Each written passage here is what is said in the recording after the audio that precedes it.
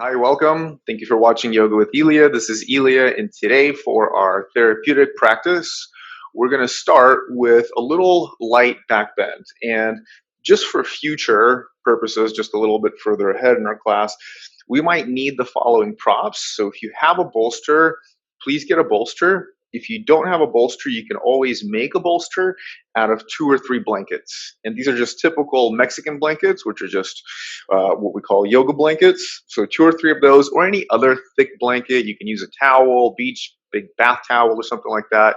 That always goes. And a couple of blocks. If you do happen to have 4 blocks handy, then just get them ready in case you might need them. And a strap, of course. So the focus of today's class, I wanted to make it, as I usually do, surrounding the health of our lower back, but I want to look into getting a little bit more rotational capacity going. So what we're going to start out with is a little easy modified back bend, just called basically a supported bridge. So what you're going to do for this is take a blanket or your towel, and starting from just this basic shape, which is just about like 1/3 or 1/4 the size of your mat, you're just going to fold that in half. Very easy. And you're going to put that off to the side of your mat because you're going to slide it under your body after you lay down. And if you like, just to pad your head, you can have another blanket up at the very top of the mat. And then as far as your strap goes, you're going to have a loop made with your strap. And then make sure that your loop is big enough so that your legs can go through it.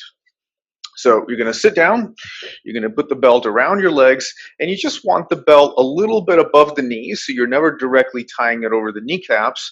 And you're going to just narrow the belt so that it gives your knees and your legs enough space to not push past the width of your hips. So you want your outer knees to be no wider than outer hips width. Okay?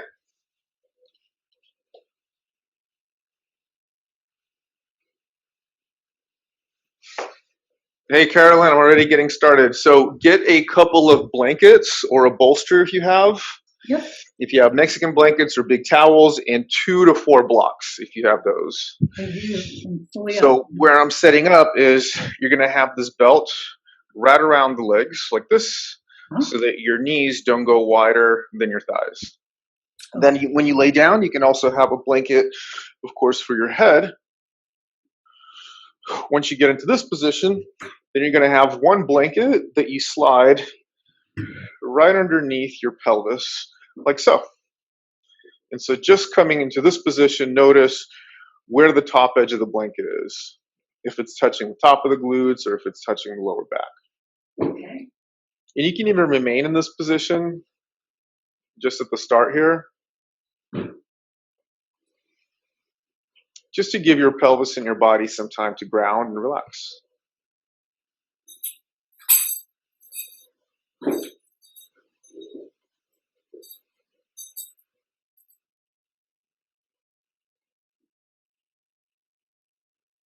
And before we straighten the legs,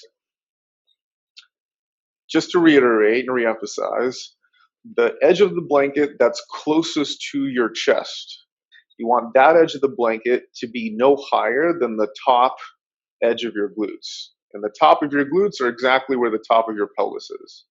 Okay. So once you place the blanket in that position, you can then start to walk your legs straight slowly. And at the very end, kick out with the heels, pull the toes back, and then relax your arms to the sides. And what typically happens when we lay down, even if our legs are bound by a belt, is the toes want to turn out away from each other, which is just coming from your hips. It's an externally rotated position of the hips, which isn't in itself a bad thing.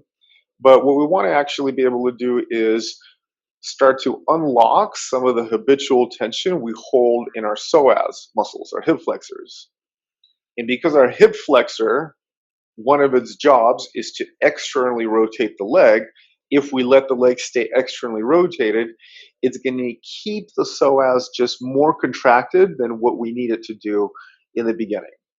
So what I would suggest is, once you've gotten the legs straight, is try to anchor your heels far out to the sides. So try to anchor your right heel laterally to the right and your left heel laterally to the left, and then relax your legs so that your belt starts to actually pull the thighs in and then creates a response in your hips that actually pigeon toes your toes. And it doesn't even have to be pigeon toed, as long as you know that your toes and your feet should be at least neutral, but not externally rotated. And then you, again, when you relax your arms back to your sides, double check on how your shoulder blades feel. And they're called shoulder blades, and what I would suggest to think of it as, there's a sharp edge to a blade and there's the flat edge to a blade. And what we want to actually pay attention to is not the sharp edge of the blade, but the flatness of it. And so you want to be able to have the flatness of your shoulder blades really configure to the flatness of the mat below you. And when that happens, you might notice that your chest stands out, which is right on point.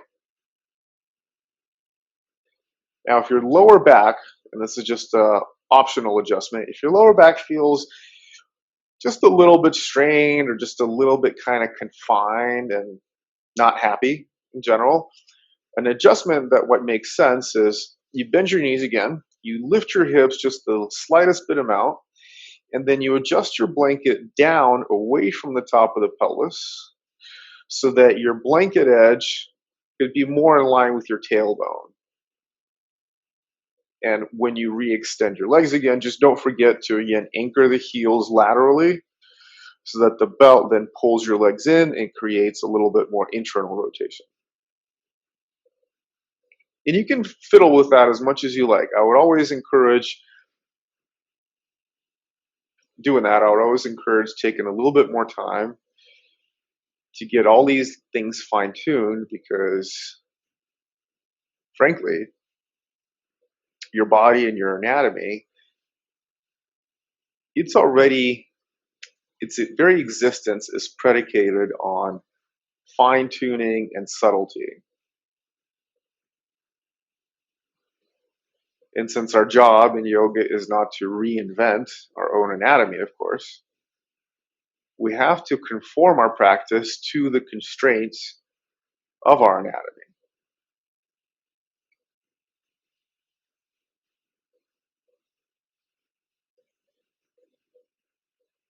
And I hope that this sends a pretty potent message home. And this is a message that teachers and students alike are really grappling with in this whole practice. And the message is that we are not practicing yoga for the sake of yoga. We are practicing yoga for the sake of ourselves and for others.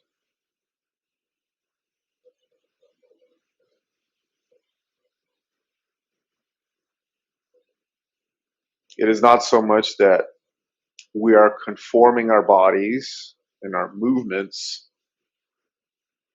to the theories that yoga poses. And it's more the case that the mechanics of this practice conform to the biology and anatomy and physiology of your body as it is and as it's existed for hundreds of thousands of years. Our anatomy hasn't changed, a modest estimate, for at least 200,000 years.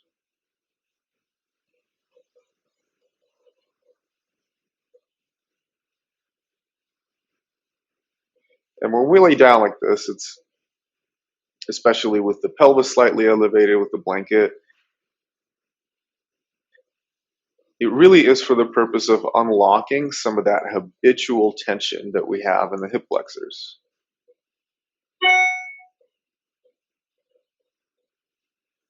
The hip flexors are not just muscles that only connect the lower back to the legs,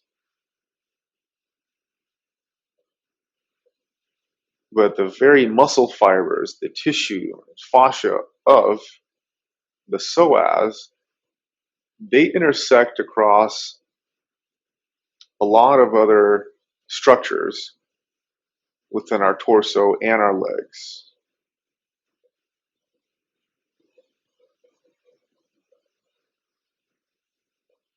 It is a big muscle. It ties the entire lower back to the legs, and it exerts a tremendous, tremendous control over the mechanics of the low back. And being that most of our lives are spent in sitting positions, the psoas muscle has this reputation of being chronically constrained and tight, restricted.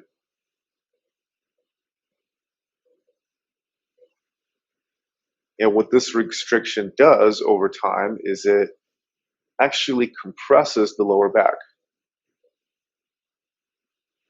So when we lay down, we place our spine horizontally to the force of gravity. And so we get to unload our lower back just by that orientation.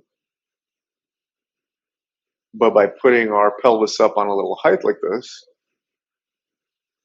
we invest a little bit more skill, effort, into getting some extra little space in those tight, constrained, psoas fibers.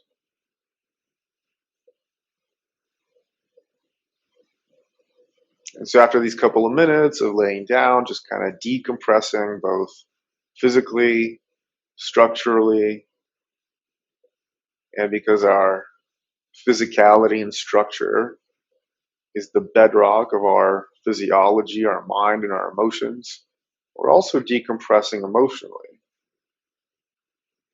There's no such body that could feel emotional or mental and psychological tension that doesn't at the same time show up somewhere, somehow in the body.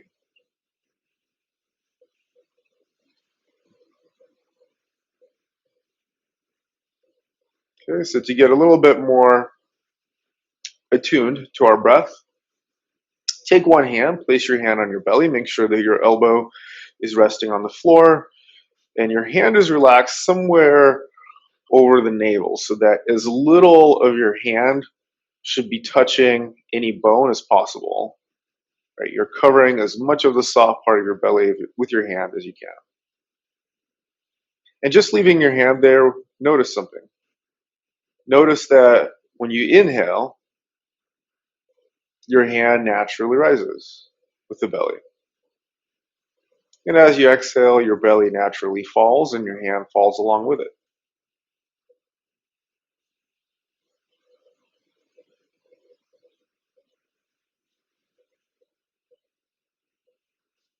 And when it comes to respiratory dysfunction, the most common type of respiratory dysfunction is that we just have an insufficient capacity, volume, that we breathe with.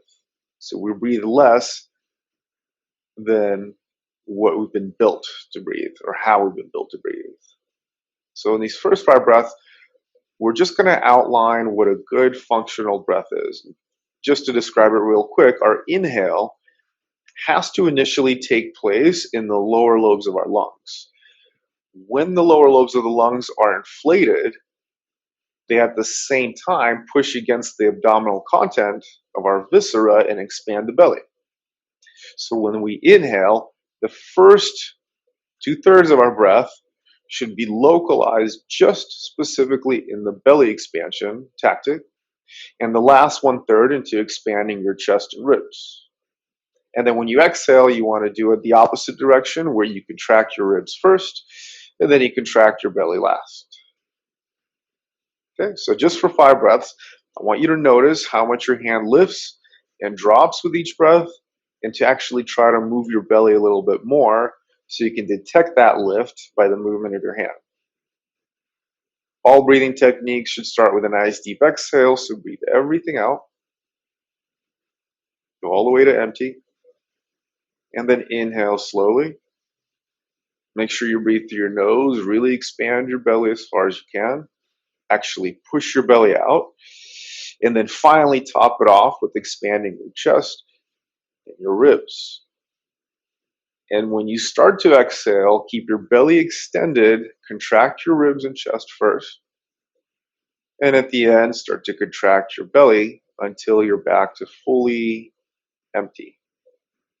Again, inhale, big belly. And then big, wide, almost barrel-shaped chest and ribs. And exhale from the ribs and chest first. And then your belly last. And do the next 3 like this on your own. Try not to let your jaw and your face interfere with your ability to breathe a little bit deeper. They're going to be tempted to interfere. Keep your eyes quiet, keep your forehead and eyelids relaxed. 2 more. As much as we can in this practice, we want to strive to breathe through the nostrils.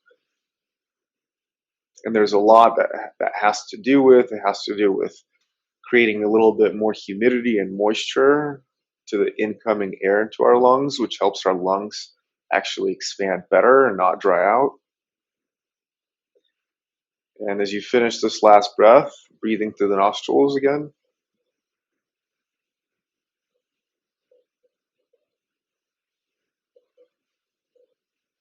Keep your eyes closed when you finish the last exhale. And you can return your hand back to where it came from, unless you want to keep it on your belly.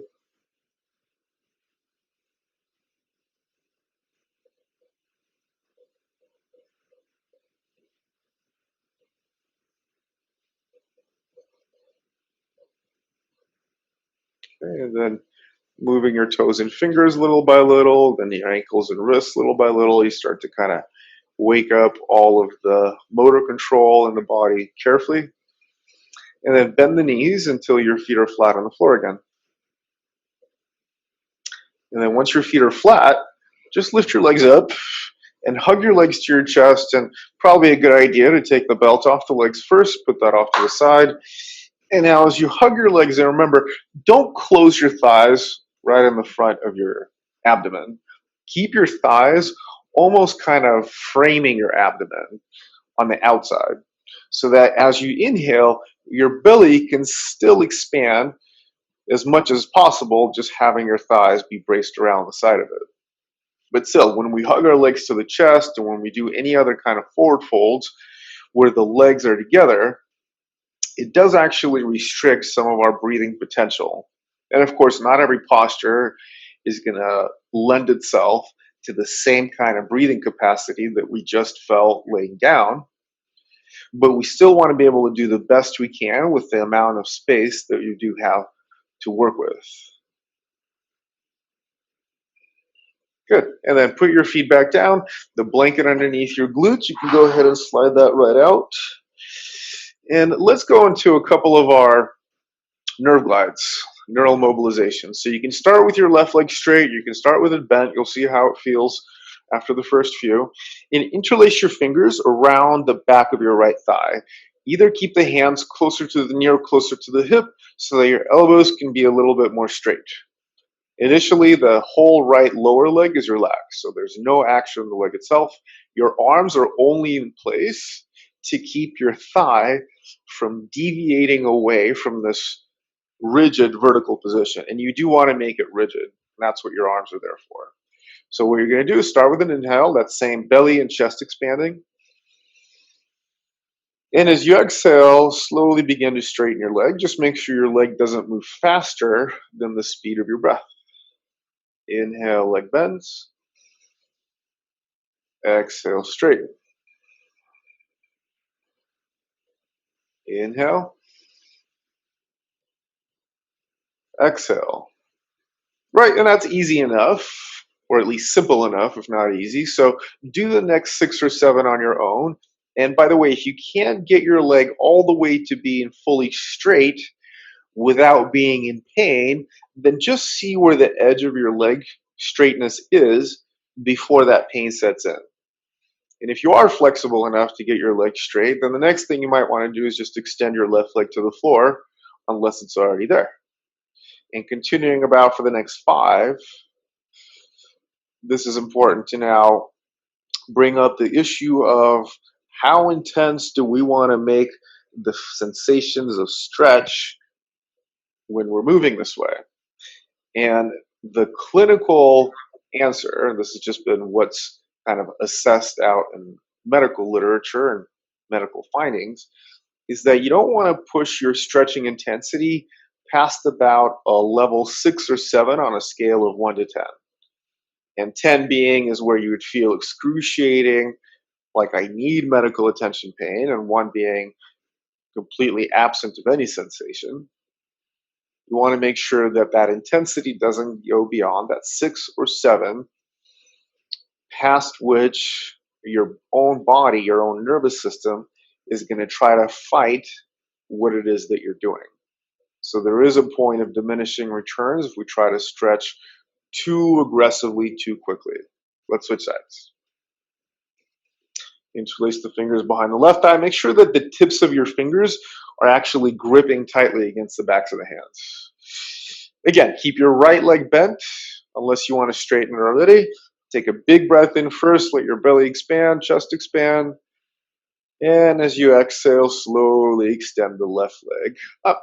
And even if your knee can't get straight at the top, kick out through the heel at the end and pull your toes back. And again, inhale, knee bends. Exhale, knee straightens. And that's it. So about 7 or 8 more of those. And being that it might be probably getting easier for you to do this, close your eyes. And so when we have a movement that looks so easy, maybe easy to perform, especially if you're flexible, does that mean that we've graduated from this posture and we're professionals at it, or we're mastered it? And the answer is no. The answer is that the point of yoga is not just to simply become flexible, but the point is actually to keep fine-tuning our attention, the precision of our attention.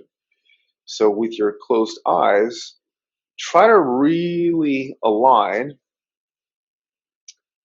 the duration of your inhale with the duration of your leg movement, leg extension, and the duration of your inhale with the duration and even texture of your knee flexion. And about another couple of these. Remember, at the end, kick out through the heel and pull the toes back. Good. And then once your knee bends, place both feet flat on the mat to get a little bit more action and juice just going in the core. You're going to lift your butt up, place your hands underneath your glutes so that the palms are facing down towards the floor. And you don't have to get your hands all the way underneath the butt, like right on top of each other. You can kind of keep your hands more separate so that at least the outer parts of your glutes are supported against the backs of the hands. Okay, so we're going to start with the knees bent and the legs lifted. Okay, press the fingertips down into the floor, squeeze your thighs together. And now, exactly as you did with the nerve glide, you're going to keep your knees squeezing together. And as you exhale, just extend your knees back up. That's it. Inhale, knees bend. Exhale, knees straighten. Now, of course, the load now comes in 2 presentations. One is, of course, you still have to contend with tension that you're feeling in your hamstrings. And the other one is the fact that now your hands aren't holding your legs. It's your core, it's your abdominal system that's holding the legs up. So you get to reinforce your core stability while still working on your hamstring flexibility. And a nerve glide, as this is called, or technically a neural mobilization, is just simply a technique by which we get to remove restrictions and adhesions that exist between muscle tissue in nerve tissue, which happens oftentimes when we get, say, a bruise or we get some kind of a movement injury, or even sometimes from not using the legs enough or correctly. We get scar tissue in the muscles, and that scar tissue then starts to implicate the nerve tissue that surrounds it. So that every time you try to move that muscle, or especially stretch that muscle, it yanks on the nerve, and that nerve yanking feels not too happy, not too pleasant. So by moving this way, you get to re-educate that scarred muscle tissue, which then eventually liberates and stops snagging onto the nerves. Because a nerve in a healthy tissue is supposed to be able to glide freely within the muscles that surround it. Okay, now on the last one that you straighten your legs on, keep your legs up vertically, take your hands out from underneath your glutes, and then take your arms overhead and hook your thumbs so that your palms are open to the sky, but your thumbs are hooked. Try to straighten your elbows as much as you can, and then try to actually pull your hands apart, away from each other, without letting the thumbs allowing that to happen. Good. So as you try to pull your arms apart, lengthen them a little bit more. Try to get your fingertips a little bit further from the hips, from the head. Keep your toes pulled back. Keep your quads engaged. Good. Now this one's going to get a little harder. Come down about 30 degrees with your legs. So about 1/3 of the full way down. And now the tricky issue is to press the back of the ribs into the floor. And whatever part of your back you notice is coming off the ground, your job is going to be to keep that nailed in. One more breath. Good. And then bend the knees, release your arms down. This next part, you're going to take your arms straight out to the sides. This is called Jatara Parivartanasana. Arms out to the sides, palms face down. Now this next step, lift your pelvis up, not too high, and just move your pelvis over to the right about 5 or 6 inches, so that if you lifted your head and looked down at the pelvis, it would be veering off to the right. Okay, and then you're going to lift your legs, bend your knees, keep your shins and your ankles crossed, and on the inhale, lower your knees about halfway to the floor, which is going to require you to rotate your spine, and your pelvis is going to roll over to the left. Press down with your left shoulder. Next exhale, lift your legs back to vertical. Inhale, roll your knees again back to the left, only about halfway. Exhale, lift it back up. Now, really all you need to keep yourself rolling, to keep yourself from falling all the way over, is this downward pressure from the left shoulder and the left arm. So again, as you inhale, roll about 50%. If you want to go further, feel free to go further. Exhale, back up. Good. Let's do about 5 more. As you inhale, go to the left. Exhale, back to center. Inhale, if you can get your knees and thighs closer and closer to the ground. It's going to require a little bit more effort to get them back up, but all the better because you're actually using strength as the backbone of your flexibility practice. Last one. Big inhale, knees go left. Keep your left shoulder blade well pressed into the mat. Exhale, legs go back up. And then feet come down. Set your pelvis to center.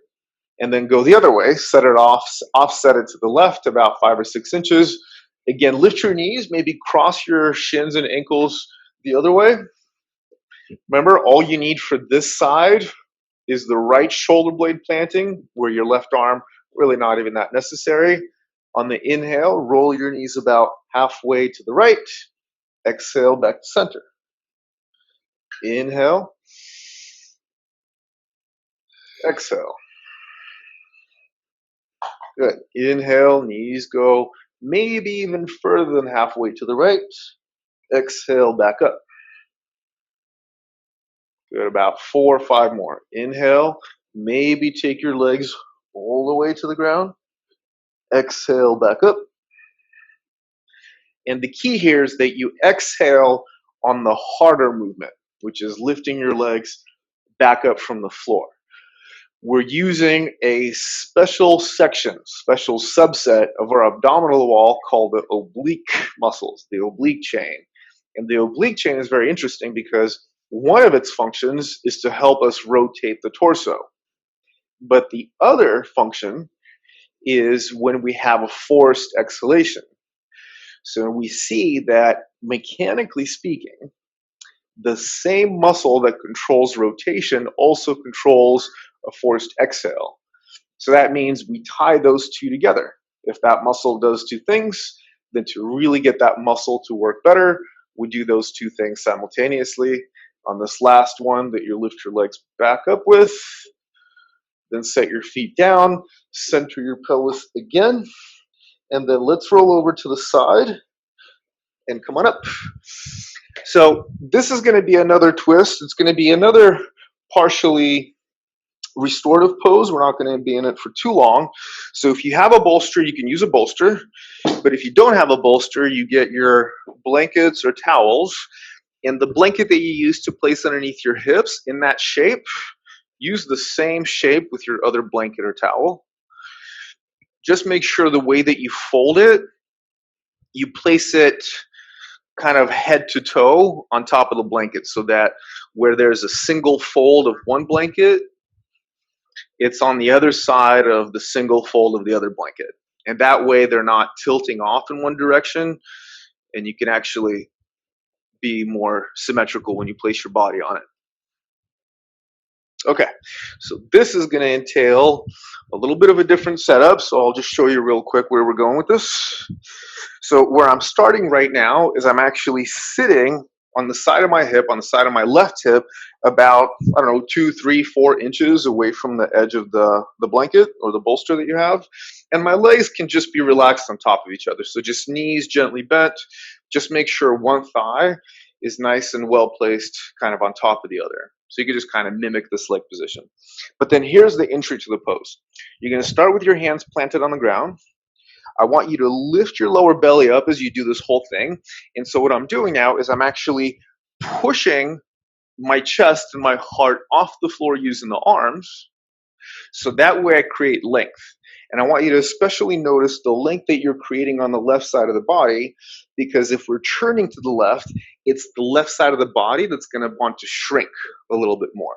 So you push with the arms, you lift your chest, and even before you come down, I want you to start turning your head to the left and slowly, slowly lowering yourself down, while at the same time pulling yourself forward. So as you lower and twist, keep pulling your chest as far over to the top of the blanket as you can. And eventually, sooner or later, you're going to come down, and maybe the right side of your face and your ear can land on the blanket. Right? If that's not a problem, great, stay there. Now, if you do have some pain doing that, then of course don't twist that much. Just put your forehead flat on the blanket. You can use another blanket. You can even use, say, a block. And here's a nice creative way to use a block. If you don't have a third blanket with you, you'll put the block underneath the top edge of the blankets. And then as you twist, you're just going to place your forehead down. The only thing that you want to make sure is you're not closing off your nose, so you can still breathe. And the forearms on the ground in a nice loose position. And then just stay there for a minute. Great.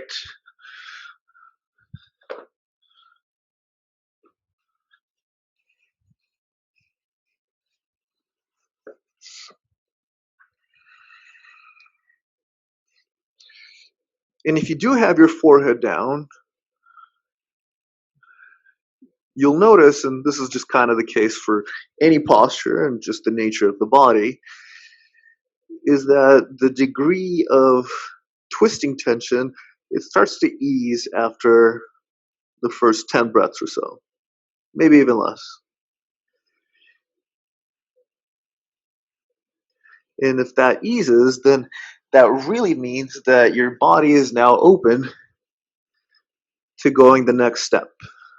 So you can perhaps try to turn your head to the left again and notice if the right side of your face can come down a little bit more comfortably on the bolster or blanket that you have. But there's really no more action that's required of your arms. Definitely no action in the legs. Make sure as much as you can you're still breathing through your nose.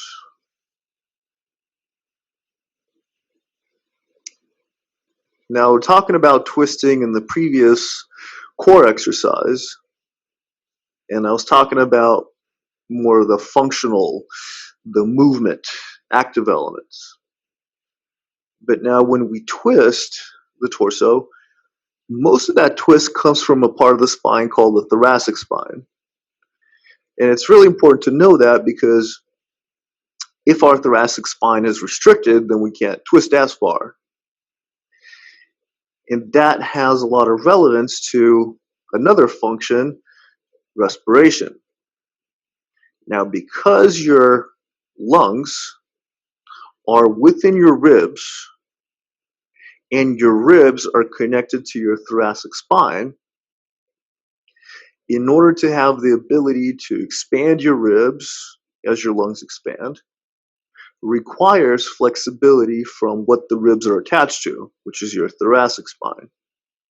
So when we develop rotational flexibility, we're also developing respiratory flexibility. And again, if we see that there's two things that a structure like the thoracic spine allows for, then tying in those two elements and two movements brings them back to their natural, original mode of function.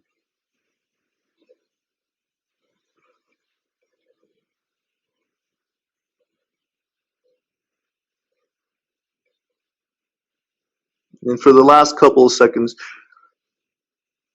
just notice the quality of this twist. Notice, if I were to say, what is the tightest part of your body that you feel right now? You know, maybe it's the neck.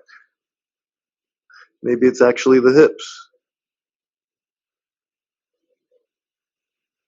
But just simply notice if this one thing just kind of fell into step with all the other body parts, your experience would just be perfect, right?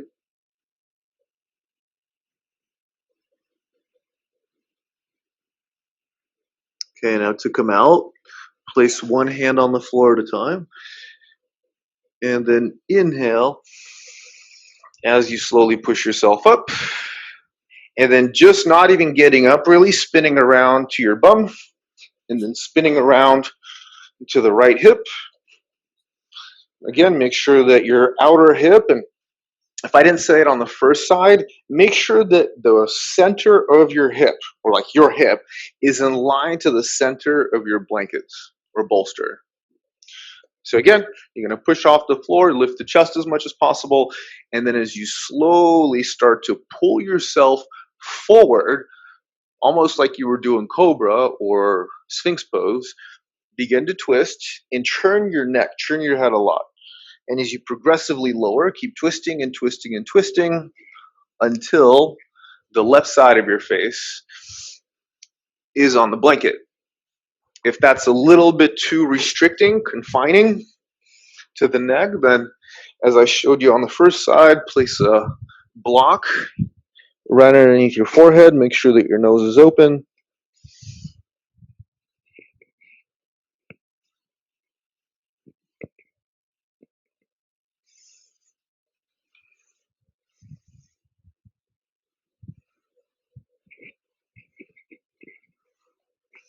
And then when you get there, finally relax your arms, relax the legs.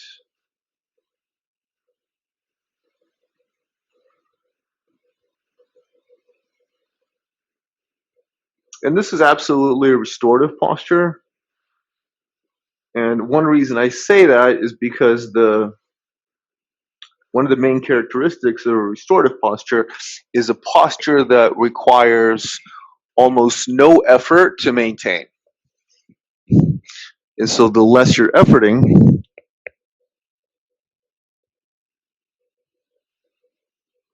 the less your body actually fights. Because some of our efforts are, they need a little bit of training. And so the advantage of doing a restorative pose is, well, it doesn't take much effort, but it's also not as susceptible to creating an injury. And of course, given that you're coming into the posture, minding that 1 to 10 intensity scale.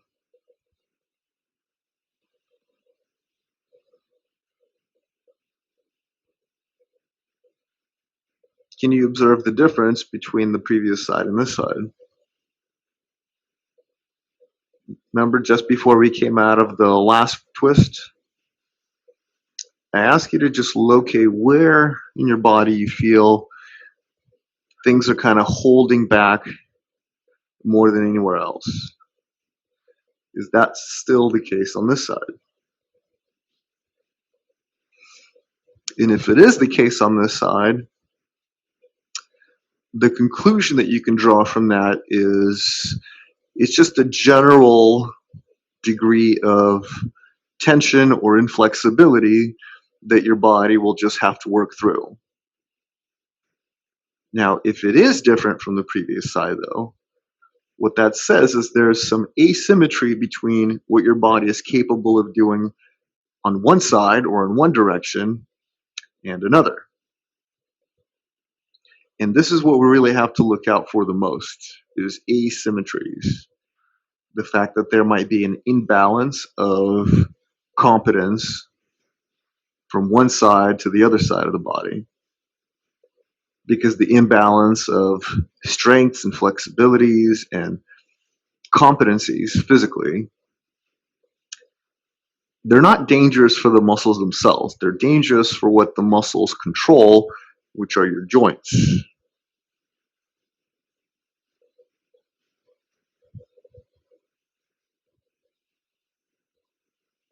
And just maybe the last 10 seconds here, really let your body fall into the posture, fall into the grip of gravity, the grip of your weight.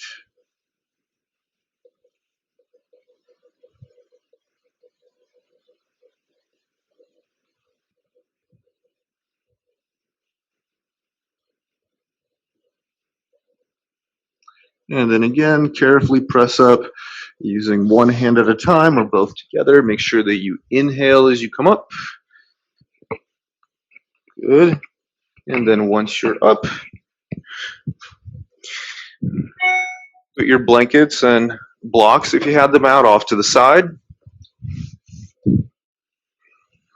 Okay. And then sit just on the heels for a moment to get a little bit more lateral flexibility, side flexion. You can always sit on a bolster. You can always put a blanket underneath your ankles. So one trick, if you can't get your ankles flat to the floor like this for some reason, you roll up a blanket, you put that down, and then you put your ankles like that over the blanket so that your ankles aren't just forced to flatten. So, but if you can't sit like this, then sit like this. Make sure that your arms are hanging straight at the sides and your fingers will probably touch the floor. And for a moment, use your fingertips, find your lower back, and your lower back is right above the top edge of your pelvis. So if you dig into your sides with your fingers, that's the lateral top edge of your pelvis called the iliac crest. And if you go around to the back, you'll find that same top edge. And if you just push in a little bit above that, then you'll feel it's not so restricted. You can actually kind of dig your fingers in. And so that's where your lower back is. So I want you to place your fingers on your lower back and just create a little subtle motion of your pelvis like you're sticking your butt out. And you'll notice that your lower back has a nice little concave in it. So that's the structurally sound neutral position for your pelvis.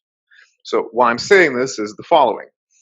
Keep that pelvis in that position so your back is maintained with integrity. Place your left hand off to the left, and then start to walk your fingers over to the left until your right sitting bone starts to gently lift up off of the heel.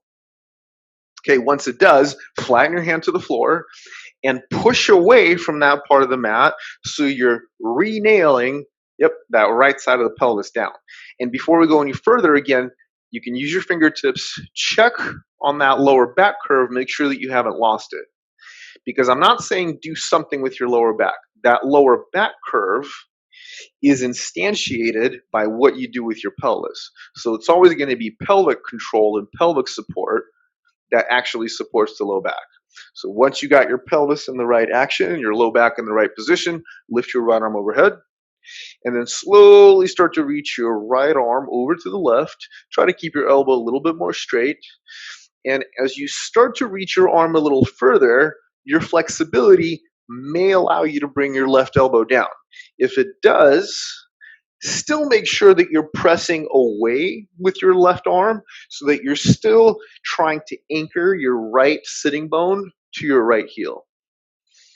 And no matter how far it is that you go, no matter how far it is that you move and stretch, all of that is secondary to the precision of your actions, right? So if somebody's maximum lateral flexibility is out here, they're doing the exact same work and it's just as much of a pure yoga practice as somebody that can be folded over this deep. And one of my teachers, Richard Freeman, he actually often remarked on how tight people are actually blessed. And all these tight people in yoga are walking around kind of ashamed and begrudging their inflexibility. And what he's seen over the decades of practice and teaching is that that amount of inflexibility actually keeps them a little more safe. Inhale, come up. Place your right hand down. Now, keeping the right hand, if I didn't say this on the previous side, keep it in line with your right hip. Again, reset your pelvis so you have the lower back curve, and then start to walk your fingers over to the right. As soon as you notice your left sitting bone lift, plant your palm flat down and press away with your hand so you anchor that left sit bone, after which you reach your left arm up. And as you start to arch your left arm overhead, you might be tempted to bend your right elbow. Just make sure the bend and the eventual lowering of the right elbow to the floor has not completely uprooted your left sit bone from your left heel, nor has it devolved that nice little adjustment that you made to your pelvis to keep your lower back in a good integrated state. Now, the way that you reach your left arm, and again, how flexible you are doesn't matter, try to reach up through the whole mechanism. So your shoulder blade, your armpit itself, is reaching up towards the base of your ear. 2 more breaths like this. Relax your jaw, keep your eyes more quiet. Good. Inhale, slowly come on up. Awesome. And now let's turn towards the front of the mat, or I'll turn towards the front of the mat. And then step your right foot forward between the hands. And then come on up. Make sure that your left knee is below the left hip, right knee is below the right ankle. Okay. So first thing, put your fingers on your lower belly. If you find your belly button, and go about like 4 or 5 inches below that. If you push in on that part of your low belly, you can feel what's happening. But then I want you to actually find the muscles underneath your fingertips and try to pull them back and away from that low belly. So you can actually feel how there's some muscle structure there that kind of comes online. It gets a little bit tight, right? That's because you're controlling it. So keep that in mind as we do the following. Both hands on the front thigh. Keep your back toes curled under. Use your arms as much as possible to prevent your torso from folding down to the leg. So you're going to have an inhale in this position, and as you exhale, slowly straighten your back knee. And if the knee doesn't get all the way straight, then of course you can bend it and modify it as much as you don't feel any pain. Now again, inhale, bring your back knee down. Lift your lower belly as you exhale. Straighten the back leg. Inhale, knee down. Exhale, lift. Good. 2 more. Inhale down. Exhale, lift the low belly as you try to straighten your leg. Last one, big inhale. Big exhale. Perfect. Once you bring your knee down, bring your hands down, switch sides.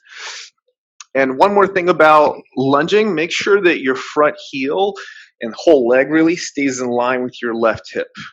Try not to always position your foot in line with the back leg, because then basically you're trying to position where your left hip is to where your right hip is. And we want to keep the distance between the hips represented in the legs. So right knee is below the right hip, left ankle is below the left knee, both hands on the front thigh. Call to mind again that lower belly lift. Take a deep breath in. And exhale, slowly lift your back knee up. Here we go. Inhale. Exhale. Keep your chest and your sternum lifted. Keep your arms pressing. Inhale down. Exhale. And keep trying to straighten the knee. Even if it doesn't get technically all the way straight, just do the best you can to keep controlling it. 2 more. Last one. Big inhale. Full exhale. Good. And then back knee comes down, hands come down, switch legs again. So because your psoas are actually tied into your lower back, one thing they do is they flex the hips. So if we want to lengthen the psoas, we want to extend the hip, which is what your bottom leg is doing. But to add even more emphasis to that, we take a little side bend to it. So you're going to keep both hands on the front thigh. On your exhale, lunge forward. And lunging forward just really means you're trying to get your pelvis close to the ground, and it's more like you're trying to get this left front thigh close to the ground. As close as it can get there, keep the low belly lifted, and now lift your left arm up. Good. Now with your left arm up, start to pull yourself up and over to the right. So we take a side bend. And you can keep your right hand either on the right thigh, but if your right hand is close enough, you can place your right hand on the floor. Otherwise, you can always place your right hand on a block. And your block has 3 different settings to it, so that should be amenable to anybody's level of flexibility. Now, the trick here is we're doing 2 things. We're lunging forward, so we're still committing to our hip extension on the left side, but we're adding the side flexion, the side bend to the right on top of it, which really accentuates the lengthening information you're imposing to that muscle. And so if it feels a little bit too intense to even be able to breathe, just come out of the side bend some. Don't come out of the lunge though.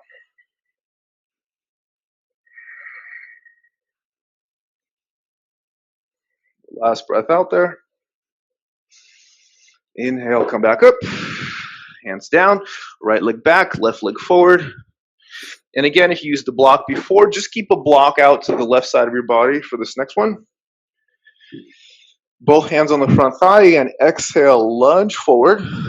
Get that right thigh nice and close to the ground. And then right arm goes up.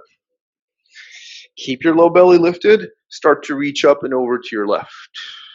And you can always move your left leg to the left, like I'm doing here, almost like your left leg is about to fall into a pigeon position. Just keep the thigh angle and the toe angle of your foot on the same plane, same angle. And as you reach your arm up and over to your left further, if your hand's close to the ground, place it on the ground, otherwise on the block. A bunch of different settings on the block to give you enough support. So make sure you choose the one that you still courting that 6 to 7 intensity scale of your stretch. And do you notice if one side is a little bit more restricted than the other? Last breath out. Good. Inhale, come right back up. And then hands down, left leg back. Okay, we're going to do a last lunge here. And if you have 4 blocks, you might want to keep all those 4 blocks handy, and you'll see why. If you don't need all the 4 blocks, then that's fine too. So what you're going to do is step your right foot forward, come into a nice deep lunge, and then set your blocks up to the sides of your body so that if your arms were hanging straight down, you could set your hands directly on the block. So you see how my blocks aren't out here, nor are they back here. You need to have a perfectly vertical line from the wrist to the shoulder. So wherever you need to set your blocks to allow that to happen. Now, if your lunge is kind of short, you won't be able to get the hands onto the block. So see first if your lunge needs to be extended just to get your torso close enough to get your hands on the blocks. Okay. Now, if there's a flexibility issue and you can't get your hands to the ground because of that, or you can't get your hands to the blocks, then what you create is a little tower. And you create what you can see looks like an upside down letter T with the blocks. And that'll kind of meet your hands and your body where your body is. All right. So left leg, left glute is engaged. And here's what's going to happen. You're going to push down on the blocks the whole time as if you're catapulting yourself up to the ceiling. This is going to be your inhale position. As you exhale, you're going to lift your back knee. Inhale, back knee down. Exhale, back knee lift. Inhale down. Exhale, lift it. Now, we want to do that 5 times. Make sure that all you're really trying to move is the back leg so that the front knee and thigh doesn't bounce. So if you just stared at your front thigh, it should stay almost perfectly still the entire time.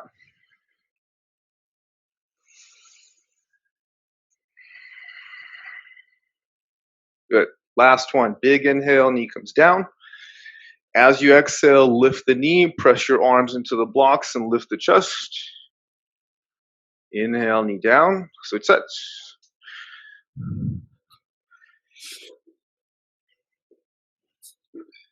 This side might be a little bit deeper. It actually might be more tight. So again, adjust accordingly. So whether you need 1 block, 2 blocks or 4 blocks, make sure, again, your arms are vertical from wrists to shoulders. Keep your back toes curled under.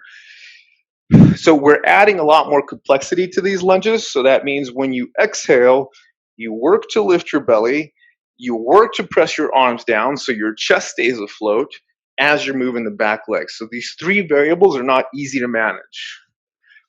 But, this is how we get good. This is how we perfect it. So start with an inhale, and then exhale, lift the back knee. Inhale, knee lowers softly. Exhale, lift. Even if the knee doesn't get all the way straight, make sure that you don't let your torso stay anything but vertical.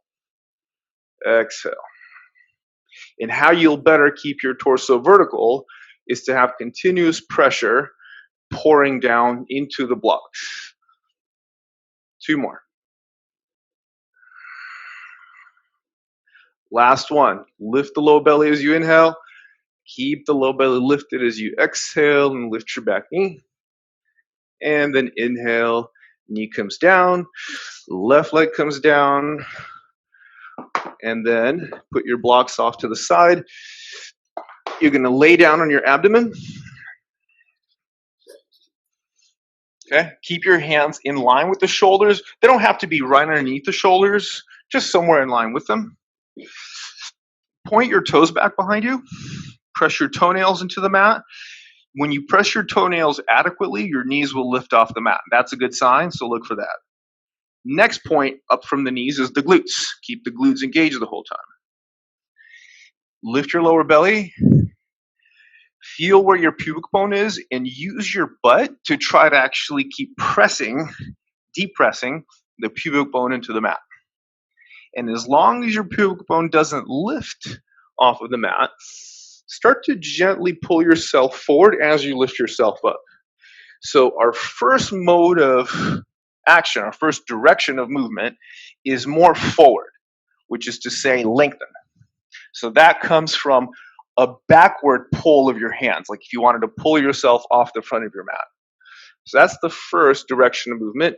And as long as you have that in place, you can try to strain your elbows more and more and more, as long as your glutes never deflate, your pubic bone never comes off the ground, and your toenails keep pressing into the floor.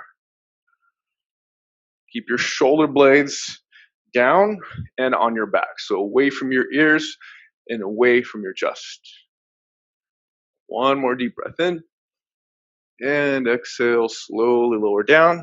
And in between sides, I would suggest put one hand on top of the other, put your forehead on that. Let your heels drop out to the sides, let your toes turn in, and then go back to that restorative nature of postures.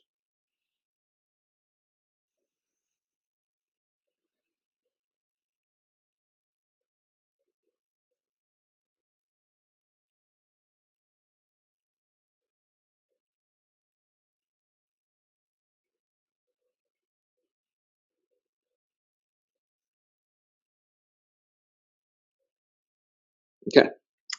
Final back bend here before we finish.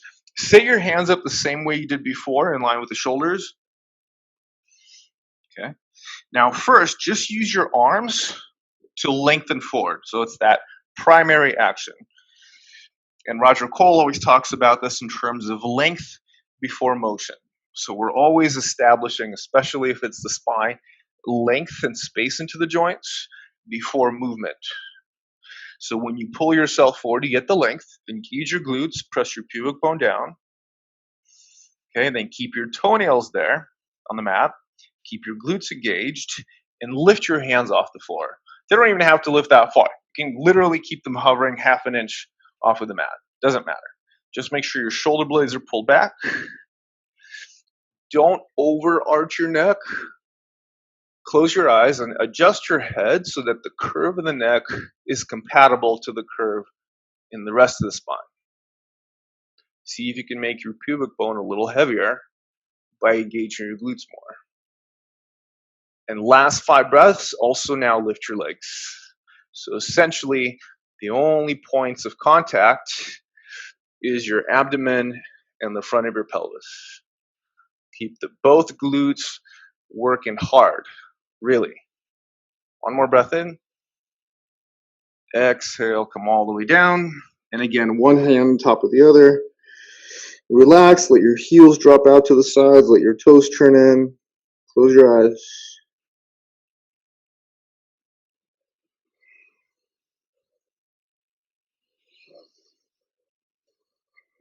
Now, if you like this position, then take your time rolling out of it.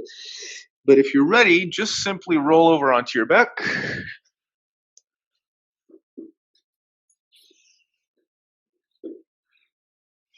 And then your Shavasana could just be the simple form of keeping something underneath your head, just to kind of cushion the hardness of your floor, and extending your legs straight. Now, if your legs extend straight and you still feel a little bit of confinement in your lower back, then just rest with your knees bent. You can always stick a bolster underneath your knees to help that. But if you can keep your legs straight and relaxed, I would actually suggest this. Place one ankle, shin, on top of the other. So instead of using a belt, you're just using the crossing of your legs to keep both hips neutral. Flatten your shoulder blades, let your chest stand out.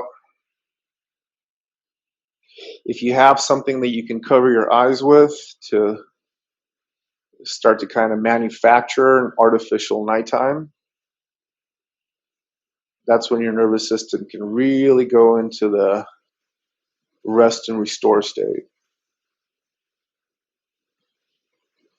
A human being cannot get fully rested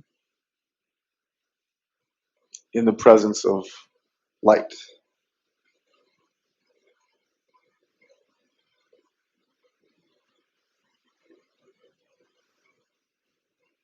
And that is the end of our practice today. Please honor yourself and stay in this resting position as long as you need to. Make sure that these delicious qualities of Shavasana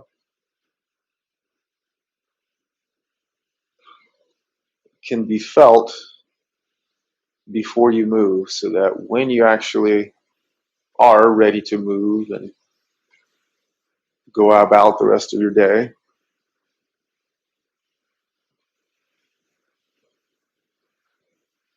you're carrying around a kernel of that Shavasana. It's like Shavasana gets to linger on within you, even though you're no longer in that position.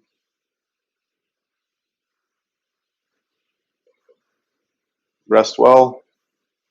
Thank you for watching. Namaste.